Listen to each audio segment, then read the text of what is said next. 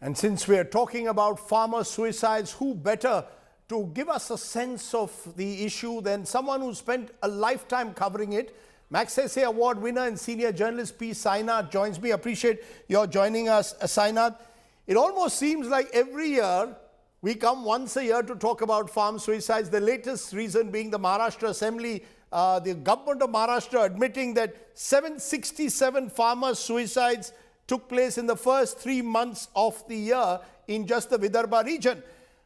Are we simply replaying this story without any solutions? Because year after year, for more than 2 decades, governments have changed, but farm suicides in Maharashtra continue. Well, you know, the policies that lead to the suicides, the policies that create the crisis in the first place, have not changed. They're being practiced on steroids now, the NDA following the UPA. So it is going to get worse, but I'd like to clarify one thing here, Rajdeep. I mean, that is that the farm suicides are the most tragic face of the agrarian crisis. However, they are not the crisis. Suicides are the outcome of the crisis, not its origin. They are its context, not its cause. The policies that have driven them for 30 years now have intensified, particularly in the last 10 years. And so you shouldn't be too surprised. You should be horrified by what's happening.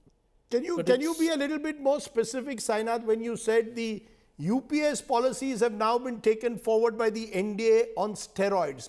Can you be more specific? Because when I look at the numbers, clearly in the UPA years also, when they ruled Maharashtra, they ruled India, farm suicides were at a very high level. So it's not as if there's been a major increase. It's just that it's been sustained over more than 20 years. I covered those rising numbers, Rajdeep, as you know. I'm also saying that making these comparisons and saying it was a lot, like the BJP has apparently attempted to do, to say it was a lot worse under the UPA. This is something like going home with your report card and saying, Daddy, you must be delighted to know I wasn't at the bottom of the class. I was second bottom. You know, it seems a very pointless kind of response. When I say that you had policies taken forward, one was the huge credit crisis caused by the diversion of credit from agriculturists to agribusiness.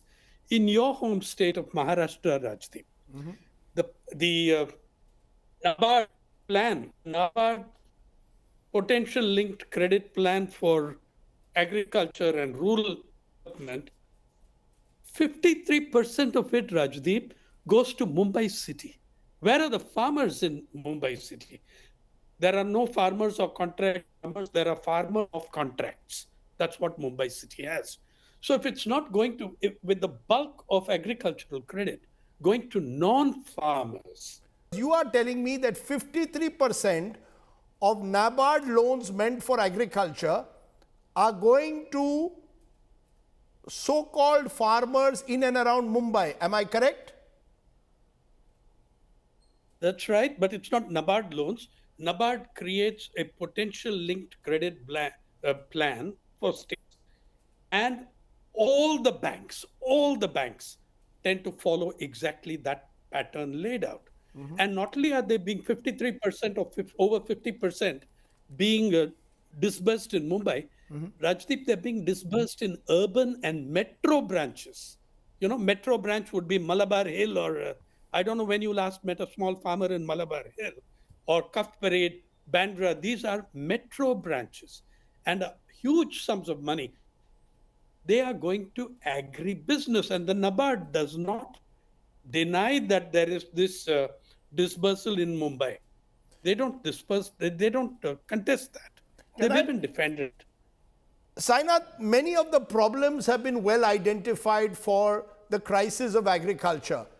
Disparities in the way water is distributed, Some areas are water guzzlers like sugar farms. Other areas in Vidarbha, Marathwada, for example, in Maharashtra, don't get enough water.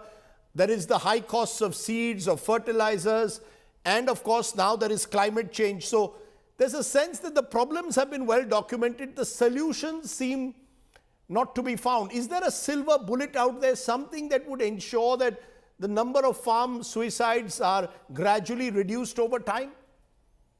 There are lots of solutions, and they can be practiced if you want to. It's a question of whether you support those policies. The entire direction of our agricultural policy has been handing over farming from family farms to corporate farms, to corporate control. And that is a picture over the world. It's not just Maharashtra. Maharashtra is the worst in the suicides. However, what you've said is correct on 4 counts. I mean, input costs in that region of Vidarbha, you could cultivate an unirrigated acre of cotton for 2,500 rupees, 4,000 rupees in 1993. In 2001, 2013, it was costing, unirrigated acre was 15,000 rupees. Today, an unirrigated acre is around 20,000 rupees. Irrigated acre of cotton, the input costs are way beyond 45,000 rupees. So that also connects up with seeds, the policies of seeds on allowing giant companies to rip off the farmers with seeds that simply nowhere, actually aggravated the water problem that they were supposed to solve. And yes, climate change is a serious factor, but all these are things that you can respond to with policies aimed at farmers, not at corporates. That is something you could do. Because Sainath, last year while covering the elections in Amravati, I met farm widows whose husbands had committed suicide because they couldn't pay as little as $120,000 to a bank. Some of them had attempted cotton a decade ago. It was seen as white gold at the time, then moved to soybean, and then found it was even difficult with soybean to make enough money. It wasn't remunerative enough. So you seem to be, they all seem to be caught in a vicious debt trap. How do you get out of the debt trap is the question. How are you going to emerge out of a debt trap? You've tried different crops. They haven't worked in the area. I come back to it. Is there a serious long-term solution? Should it be just, is there a policy solution out there? There are many. First, I think you ought to return to you ought to return and build agro-ecological approaches to farming. You don't grow paddy in Barmer, do you? But we do grow sugarcane in drought-prone areas. It's not a wise thing to do. But there's a lot more than that. The fact is, first and foremost, who are you trying to benefit? Rajdeep, farmers' populations are plummeting all over the world. Your great-grandchildren may live in a world without farmers. The US percentage is 1%. Germany had more farmers than the EU today, 40, 50 years ago. And now you've got robotics and AI coming into the picture. I'm saying that the agrarian crisis is no longer an agrarian crisis. It went from there to being a societal crisis. It is now a civilizational crisis with one of the most important classes in human history. Let me leave it there, P. Sainath. Interestingly today, when the BJP hit back at the Congress party, they also quoted numbers of P. Sainath along with the NCRB. So take that as a compliment and let me leave it there. But as always, thank you very much for joining me and sharing your wisdom with such passion. P. Sainath on India's continuing farm suicide crisis. Thank you very much.